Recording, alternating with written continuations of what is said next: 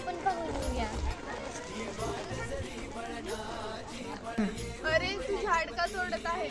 मला या झाडाचा काही उपयोग नाही आणि हे झाड माझ्या बागेत अडचण करत आहे, त्यामुळे मी हे झाड तोडत आहे. आणि तशी मी एक झाड तोडल्याने एवढा मोठा काय परिणाम होणार आहे?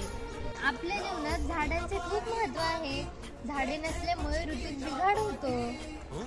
आपला भारत देश हा कृषीप्रधान देश आहे.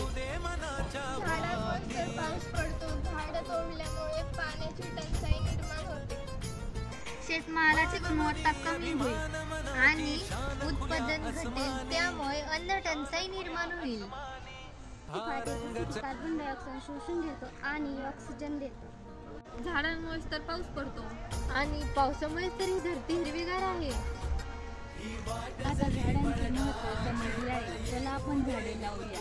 चला.